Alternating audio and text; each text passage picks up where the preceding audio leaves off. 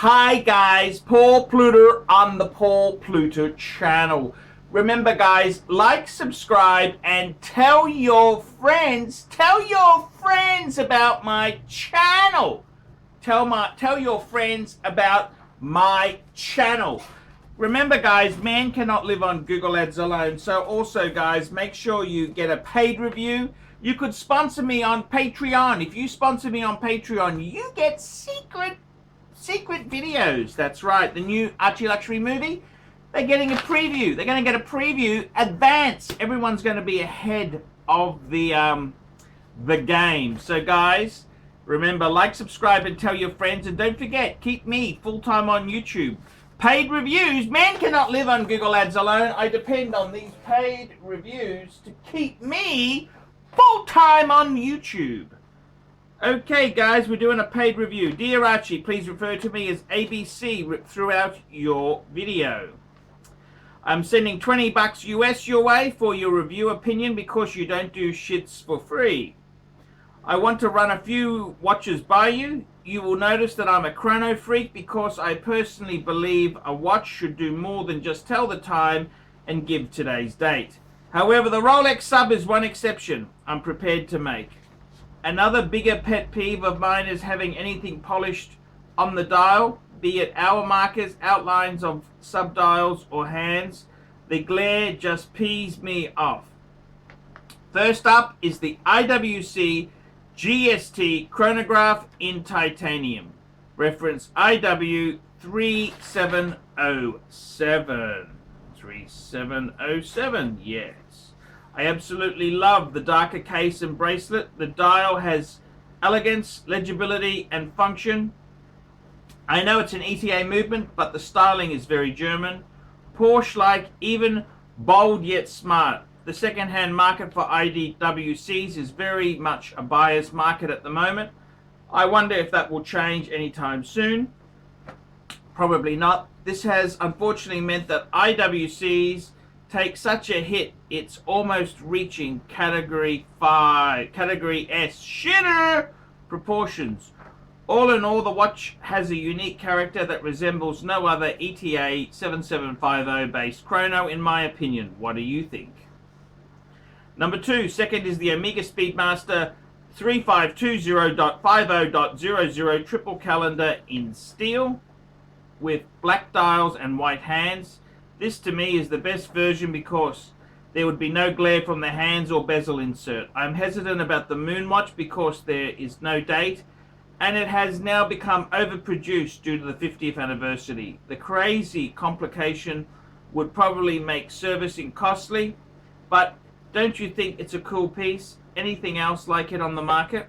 And thirdly, he's got the Omega Speedmaster 3551.20.00 broad arrow in steel with cream dial and blue hands and markers.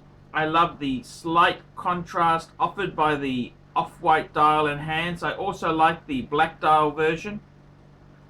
Even if the hands do reflect, it is a snag that the large hands covers a lot of the subdials. Your thoughts on the two different versions, please. Fourth is one I came across a few weeks ago, Omega Speedmaster 176.0012 Mark 4.5 in steel. I think the chunky oblong 1970s design seems to be making its way back. I like the fact it's a day and there are two sweeping large hands at the center, one for the chronograph seconds and the other for the chrono minutes. It's kind of quirky. There is also a TV shaped one, the Mark 5. Your thoughts on both, please. Thanks for your time and love the videos. I have converted a friend of mine to your philosophy, particularly on affordable watches. Cheers, mate. ABC. One final question. Would you consider Blancpain horology like Audemars, or are they more like Hublot and Breitling? Okay, thank you so much indeed there. Okay, let's have a look at some of your questions there. Okay, so yes, I agree. The Rolex Submariner is a great watch. You know, I think it's a superb watch.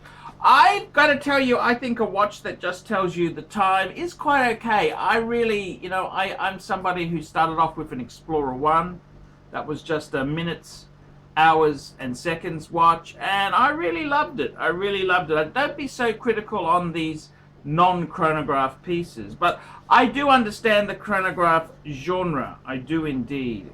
The IWC GST there, look, I got to tell you, that is a that's a very cool watch. I like it. You mentioned Porsche design. Well, you know, IWC used to make Porsche design versions. Until then, Porsche design got a big ego.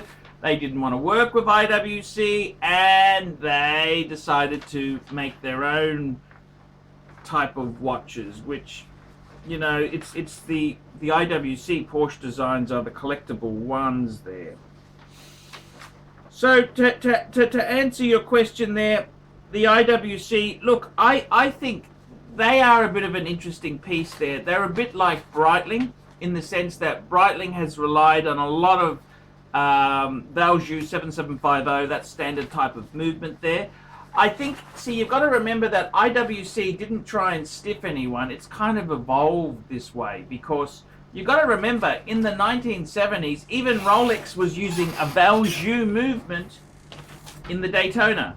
These super valuable Paul Newman Daytonas, they were 727 Valjoux movement. Manual wind Valjoux movement. So you've got to understand that many years ago that was quite acceptable. In recent form, it's really looked down upon, and everyone, this sudden urge to be in-house.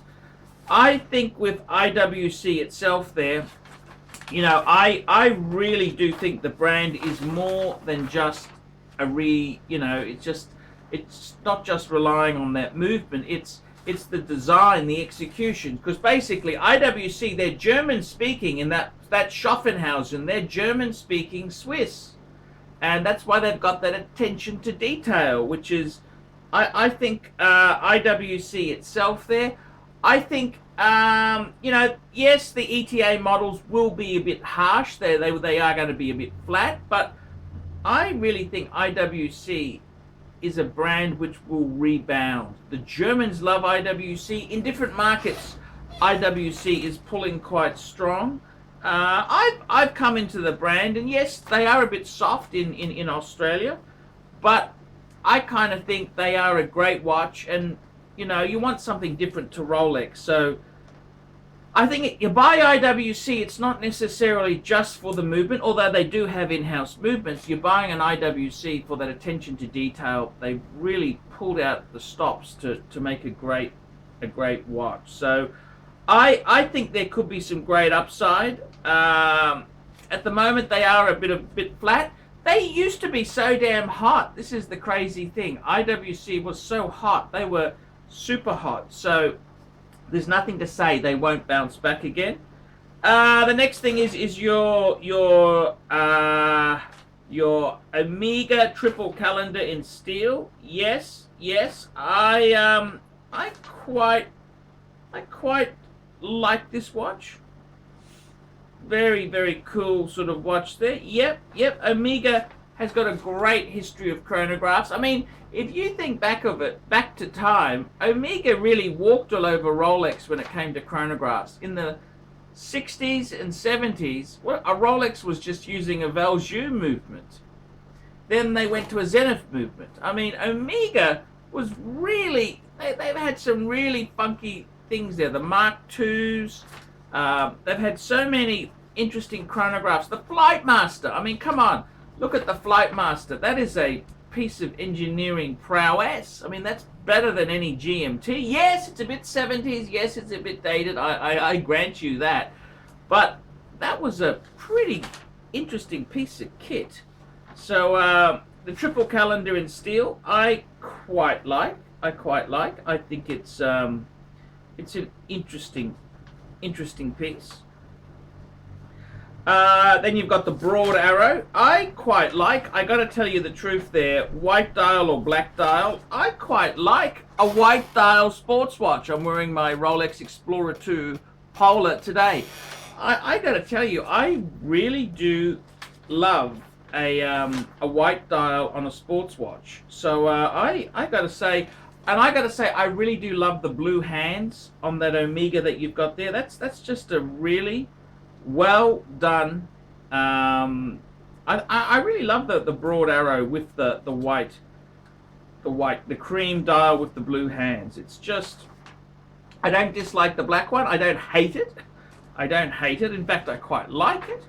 But I think on a sports watch, a cream dial, white dial, that's a great way to go.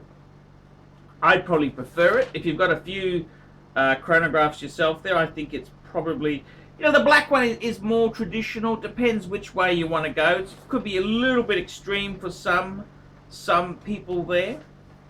I love it. I love that watch there. Your next question is, what do I think of the Omega Speedmaster 4.5 in steel? Yes, very interesting. Very, very interesting indeed there. And I gotta say, they're a bit funky, that 70s kind of case. My favorite, I really like the Mark II. That's kind of my favorite. I like the Mark II. I know there are other Marks in the Speedmaster. You've got to consider the Mark I, of course. They never called it the Speedmaster Man on the Moon, the Mark I, but that's Mark I, Mark II, Mark, etc., etc. I gotta say the 4.5, that's quite a rare kind of piece. They're very, very funky, very, very, very funky. Very funky indeed, and there's a lot going for it. I think those 70s pieces they got a lot going for them there. I really do like them indeed there.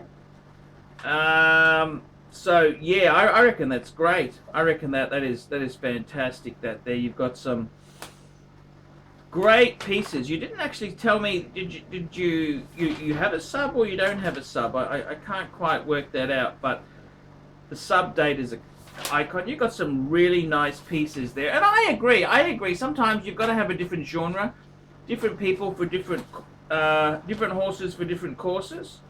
Now, as for you there, one final question: would I consider a Blancpain horology like AP or more like Hubler? Look, I think Blancpain itself is a really, really cool brand. I think the 50 Fathoms, it's you know, predates the Submariner. They were a really cool watch, and I really think Blancpain itself, when you say is it horology, well, probably not. No, it's not. But it's a damn fine example. Like, I really love my IWC. IWC it's the dial, it's the attention to detail. That's what makes it special. Different pieces are different things, and I gotta say, I think the Blancpain itself stands on its own. It's a very, very beautiful watch, high end. Each brand kind of does something different. You know what I mean? It's not just a knockoff of another brand there. I think Blancpain is a great brand. You know, it's like Breitling. You can criticize Breitling all you want and say, oh, you know, it just uses a Valjoux 77. Well, a lot of manufacturers used to do that. Blancpain used a lot of generic sort of movements in a lot of pieces as well. But there's more to it. Breitling had a lot of R&D. They did a lot of wonderful things. The Navy Timer, it's just so cool indeed. So I think, as far as the Blancpain, no, I wouldn't consider it horology like a Paddock or an AP. It's a different genre. You've got to understand, it's a different area it's hitting at. And I think they're a great brand. I think they're a fantastic... I'd love to have a Blancpain. I would love to have a Blancpain. So to answer that question there, I would love one. But I think it's a slightly different characteristics appeal to different owners. So that's my opinion. I'm Archibald Chesterfield III. This is the Paul Pluta channel. We just did a paid review. These are nice pieces. We talk about these watches here. Great pieces. Great to see you, ABC, collecting and building your collection. Thank you so much. I'm the guru, the pontiff, the governor's governor. Tell me what you guys think of that. Like, subscribe, tell your friends, And why don't you get a paid review done? Get a paid review. I'll review your questions. I'll answer your questions in detail in a video. See you later.